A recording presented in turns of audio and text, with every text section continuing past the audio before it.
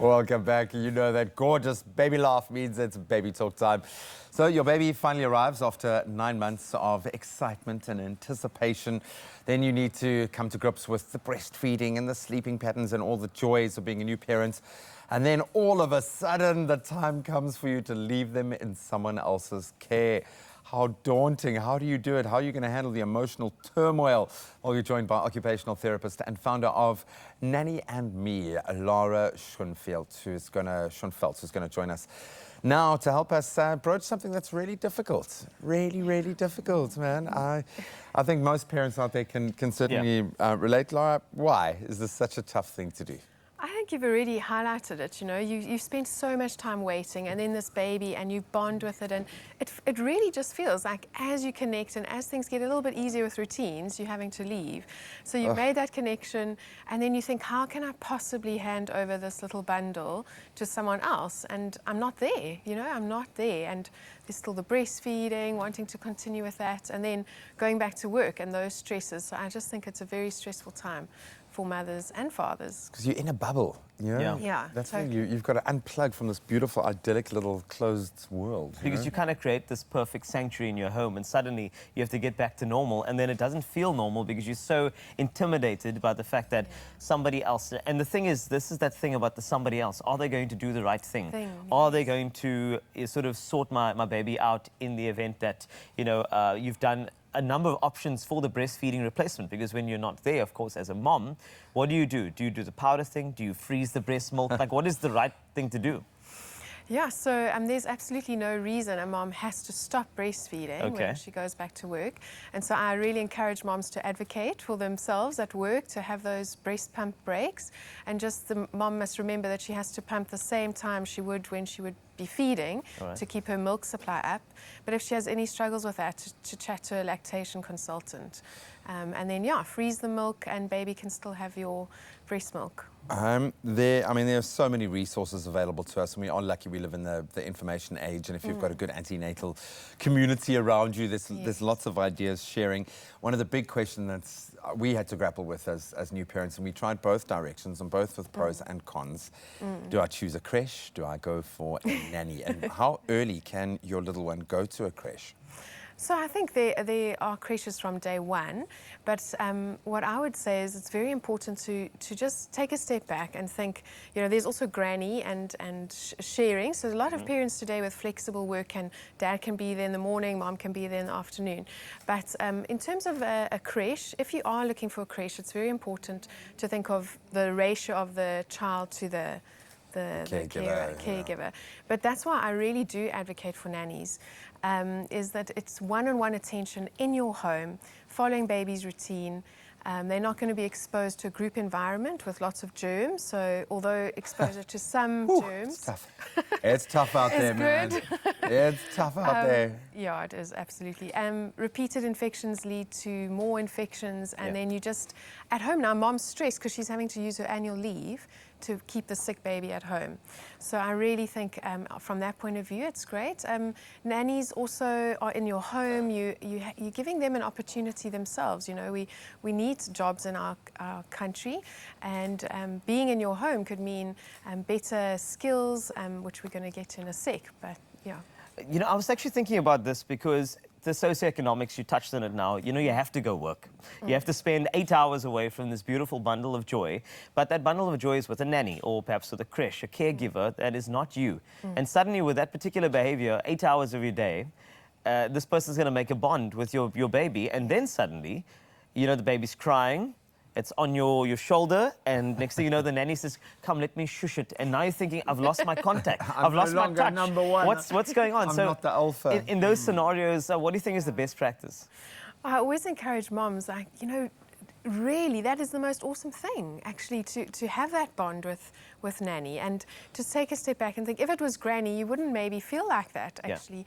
But when Nanny is there and she's seamlessly taking over and you guys are working as a team, it's a wonderful thing. And actually children can safely attach to more than one caregiver as long as that caregiver is consistent. And people always, you know, use this idiom about being raised in a village. And I think in South Africa we can truly raise our children in a village. Our children can speak Xhosa, and that's wonderful, you know. So I do remember those days where they want the nanny and not me, and you just have to go, okay, well, you know, that's for brilliant. now. Yeah. Just for now. Don't worry, Mama is still number one. I think a big part of this process is obviously finding the right person and what you need to go through in that process. So we're going to chat to you a little bit more, Lara, about exactly that. But thank you so much. Are you feeling better about it? I'm feeling so good. I think we've covered a lot of the bases, but there's still so much more. It's one of those. I'm still feeling a bit nervous about leaving Baba. Yeah, you're going to be okay. Don't worry about it. It's fine. Some tips. It's my feel-good breakfast show.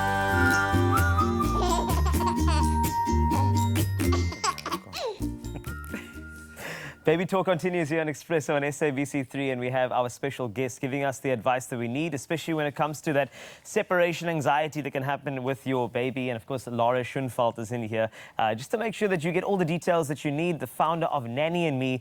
And we continue because when it comes to separating from Baba, I know there's a lot of things that you have to consider. One of them is, how do you find the right person? I know, Graham, I know you're feeling this. I've been through this process, right? dude, and it's grueling. So I think that's probably where most people need to get real and ask themselves some questions before you go into that process. But how do you find the right person? What is the process?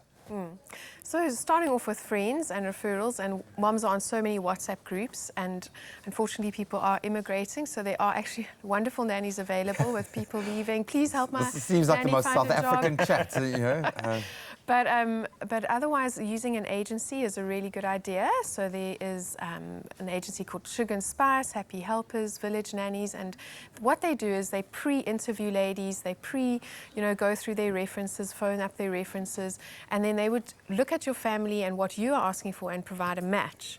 And then what they organize is a trial day. Even if you are handling the process, you really need to have this person in your home, interacting with baby for a day at least, and you need to pay her for that day, but you need to see, how does she interact with your baby? I mean, a CV could be perfect, and they walk in the door and you think, Well, there's a big intuitive element to this process as well. You've got to feel it. You've got to feel it. Yeah, and you won't get that just from an interview. So. And of course, the nanny's not going to just sit there and then watch your baby while your baby just kind of lays there. I mean, there's obviously a structure to the day, which is quite important. So, I mean, how do the moms sort of help that along and almost curate that experience from nanny to baby throughout the day? You mean when she hands over, or yes, when you hand over, and also just what they do during the day, right? What does baby get up to with Nanny all day? Yeah. So I'll never forget the day I sat down with our nanny and my son James and showed her how to finger paint with him.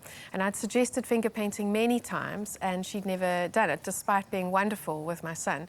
And within a few moments, she was more engaged in the finger painting than he was. And I turned to her and I said, have you ever finger painted? And she said no. And I said, have you ever built a puzzle? And she said no. And that's how the idea for Nanny and Me was born. And it's really important for us to consider that nannies have not been exposed to a lot of the things that are in our homes, and unfortunately haven't played with the same blocks and puzzles and colouring in. And so in our Nanny and Me groups, we provide this hands-on training for nannies. So nannies can follow your routine. You can leave that written down. You know that she's followed you. You do need an overlap period with Nanny. So she can see how you do things. But actually, when you leave that door, you want to know that they are playing Play-Doh and the good old-fashioned things. That they're engaged. I think that's the big thing not in for front me. of the TV. Yeah, very much so. And it is, let's be honest, if you go through that process, if you put in the hard yards at the beginning, you're forming a relationship that you want to be long-term. Absolutely. You do not want to have nannies coming in and out of your baby's life. Safety is obviously a massive concern. Yes. You know, by the same token that we should be going for first aid courses, Absolutely. those sorts of things, I would expect that as a bare minimum. But how do we approach emergencies and the scary stuff that is there. It's always going to be looming in the back of our minds. Absolutely. So I always say to parents, absolutely, first aid for you, for nanny, for granny, whoever's in contact with your child. It's so cheap. It's a very small investment of your time, and it saves lives. Yeah. But then there are also checklists that you can get off the internet. If you email us, we'll send the parents some. Emergency information. It's great to have it on the fridge, but it must be saved on the phone. And very importantly, I always say to parents, make sure your nanny knows your address. Because you know how you go to the same place over and over and over, and then you actually forget the physical address. So the address, the number's saved, someone on backup, know the ADT number for your area, the neighbour's number. Those all need to be saved to the phone for both of you, for anyone who's in touch with a child. And then the safety precautions, which you can get from us, a checklist to look through the home. Wow. Thank you so much. I am feeling better now. You, I'm feeling a little bit better. Lit Now, I really can relate because I, as a relatively new parent, have gone through this exact life cycle. We've tried both, tried nanny, tried creche. We've gone through that process. The most important thing is that you talk to each other as partners in that space because naturally there are going to be fears, but it could also unlock. You mentioned Xhosa. There are so many hidden gems here within the relationship that you can build with your nanny that you don't even realize are there. So take the leap, do it. Yes. And of course, thanks so much, Lara. It is absolutely, and take the scare out of the entire process as well, as we are just a week to Halloween. So there's another little scary thing that's coming up soon. I'm sure that you're looking for some ideas. So we got you covered right here on Expresso.